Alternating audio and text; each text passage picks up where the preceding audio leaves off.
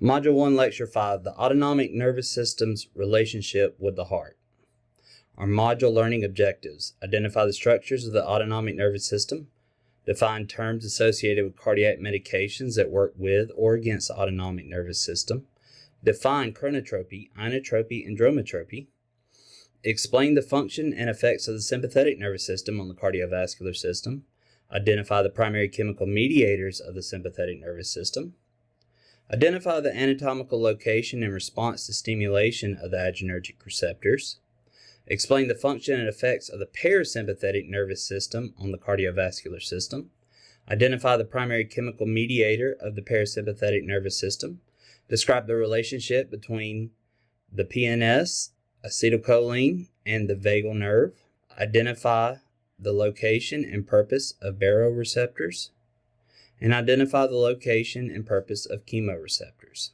So our autonomic nervous system is divided into two branches, right? You've got your sympathetic nervous system and your parasympathetic nervous system. And one thing that you're going to find out about the cardiac medications that you're going to give as a paramedic, and many of the cardiac medications that patients take, work with or against the autonomic nervous system. And so with that, you've got some terms here that you should understand. Sympathomimetics.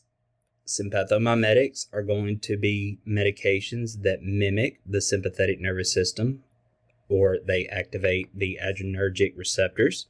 Alpha agonists are going to lock on to the alpha adrenergic receptors and potentiate the alpha receptors or make them work stronger.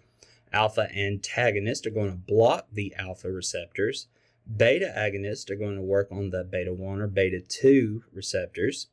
Beta antagonists are going to block the beta effects. You know these drugs as beta blockers. Dopaminergics, these are going to be drugs that work with or activate the dopamine receptors. And anticholinergics. Cholinergics are going to be medications that work with the parasympathetic nervous system. So anticholinergics are going to be drugs that work against the parasympathetic nervous system. Some important terms that we're going to use quite often in cardiology: chronotropy, inotropy, and dromotropy. So chronotropy, a positive chronotropic agent would increase heart rate. So chronotropy has to do with heart rate. Inotropy, a positive inotropic agent, would strengthen the cardiac muscular contraction. So inotropy has to do with muscular contraction. And dromotropy would increase the rate of nervous impulse conduction. It actually would increase the force or velocity of the nervous impulse conduction. So it would work with the electrical conduction system. So like I mentioned earlier, the autonomic nervous system, it's comprised of the sympathetic and parasympathetic nervous systems. In stressful situations, the sympathetic system dominates. So this is the fight or flight. And during sleep, the parasympathetic nervous system dominates, or this is going to be the rest and digest. So sympathetic accelerator nerves supply specific areas of the heart's electrical system, atrial muscle, and ventricular myocardium. The nerves transmit commands by releasing the primary chemical mediator of the sympathetic nervous system, norepinephrine. Norepinephrine travels to the SA node, AV node, and ventricle, spreading the signal from the sympathetic nerves. To prevent a buildup of lactic acid, the heart speeds up, increasing cardiac output, and thereby distributing more oxygen and nutrients throughout the body.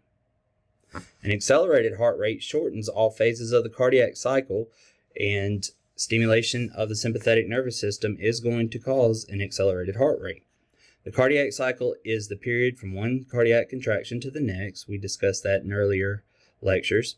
When the ventricles have less time to relax, less time is available for the chambers to fill adequately with blood. Less blood is then sent to the coronary arteries and less blood is pumped out of the ventricles. In this case, cardiac output decreases and signs of myocardial ischemia may appear.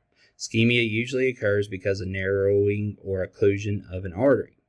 So stimulation of the sympathetic nervous system is not always a bad thing when our body detects that we need increases in oxygen the demand of oxygen is higher, the sympathetic nervous system will kick in.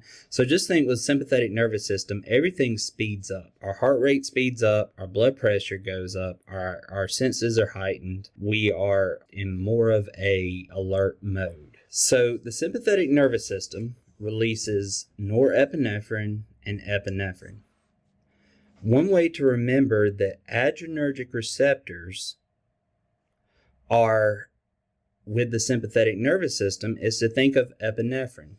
So another name for epinephrine is adrenaline. So we can think of the sympathetic nervous system as releasing adrenaline. Notice a continuity of terms here.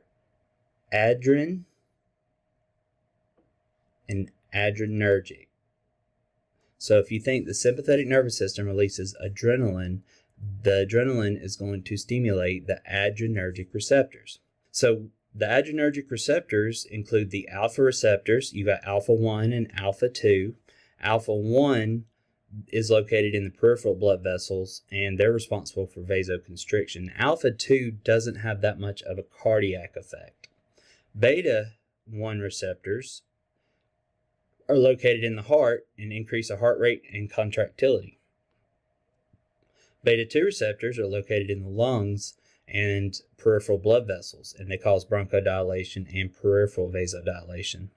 So if you've had your advanced EMT class, you can think of a drug that you already know that is a beta 2 agonist, and that's albuterol. So beta 2 agonist, so that's going to cause bronchodilation. Albuterol is a selective sympathomimetic, and it selects the beta 2 receptors to cause bronchodilation. Your adrenergic receptors, you've got, like I mentioned, your alphas, so alpha 1 and alpha 2.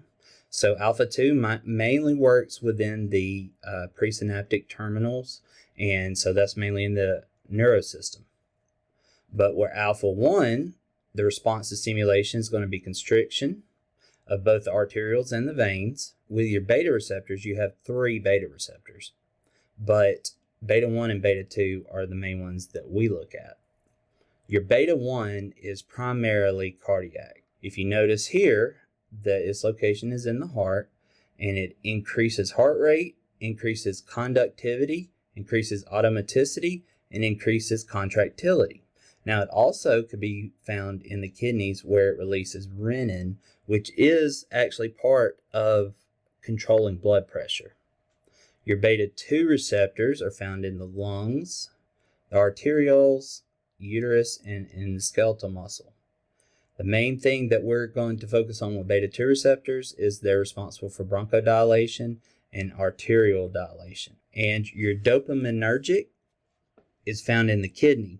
Dopamine receptors are found all over the body, and they have huge implications in the body. They're involved in many bodily functions, including movement, cognition, emotions, the reward system, hormonal regulation, hypertension, overall behavior, and pleasure response. But the main cardiovascular effects that we're going to look at, because dopamine is a sympathomimetic or a sympathetic chemical, is dopamine receptor action that increases heart rate and the force of contraction. So dopamine, if given, actually has a positive chronotropic effect and a positive inotropic effect. The parasympathetic nervous system is comprised of inhibitory nerve fibers, which supply the SA node, the atrial muscle, and the AV junction of the heart by way of the vagal nerve. So cranial nerve 10, the vagus nerve, is activated by the parasympathetic nervous system. Cranial nerve 10 innervates at the SA node of the heart. So the primary chemical mediator of the parasympathetic nervous system is acetylcholine. One way that I remember that cholinergic receptors are of the parasympathetic nervous system is remembering that the primary chemical is acetylcholine, and acetylcholine has choline in it, cholinergic. So the parasympathetic nervous system sends messages through the vagus nerve, which can be stimulated by pressure on the carotid sinus. So that's a vagal maneuver, a carotid sinus massage. Straining against a closed glottis, or Valsalva maneuver, you may know it as a vagal maneuver, and this is hopefully going to bring heart rate down.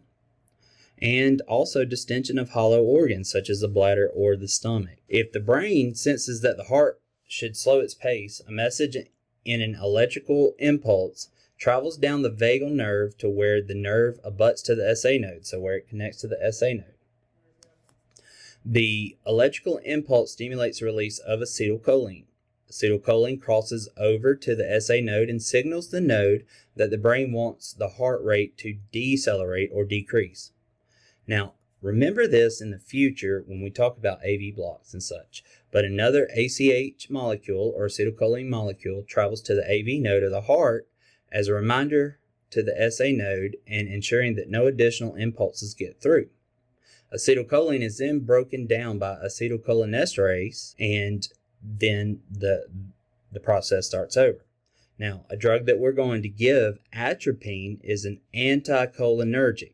So if you think about anticholinergics, what are they designed to do? They're designed to work against the parasympathetic nervous system, against the acetylcholine, and atropine actually opposes the action of acetylcholine, and so it affects the heart by speeding it up. So within the body, you've got a couple of other receptors that are actually messengers that send messages to the autonomic nervous system.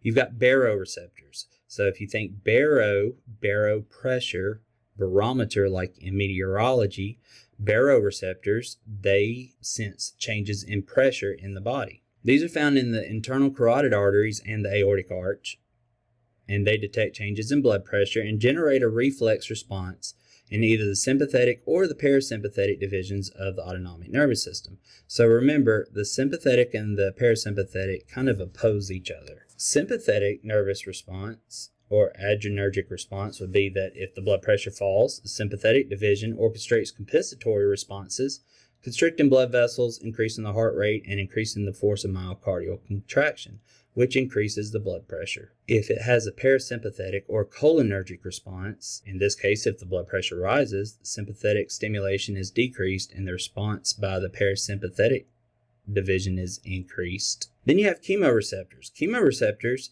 are found throughout the body, and they detect changes in the concentration of hydrogen ions. So they detect changes in pH, in oxygen, and carbon dioxide in the blood. Chemoreceptors can be found in the spinal column as well. In future lectures, we're going to discuss more of the electrolytes, but electrolytes, they affect cardiac function. Sodium, calcium, potassium, chloride, and magnesium. We're going to talk about depolarizing and repolarizing and the effects that electrolytes have on the cardiac electrical cycle in future. So this concludes lecture 5. Just as a reminder, the sympathetic nervous system is your fight or flight. The primary chemical of the sympathetic nervous system is norepinephrine, and it also releases epinephrine, which are very similar chemicals. The parasympathetic nervous system can also be known as the rest and digest, or the feed or breathe, and its primary chemical is acetylcholine. It mainly works with the vagal nerve at the heart. These components of the autonomic nervous system actually work in different ways, and they actually will oppose each other. And so whatever's going on in the body at the time, one of the functions of the autonomic nervous system is going to be activated. If you have any questions, please let me know.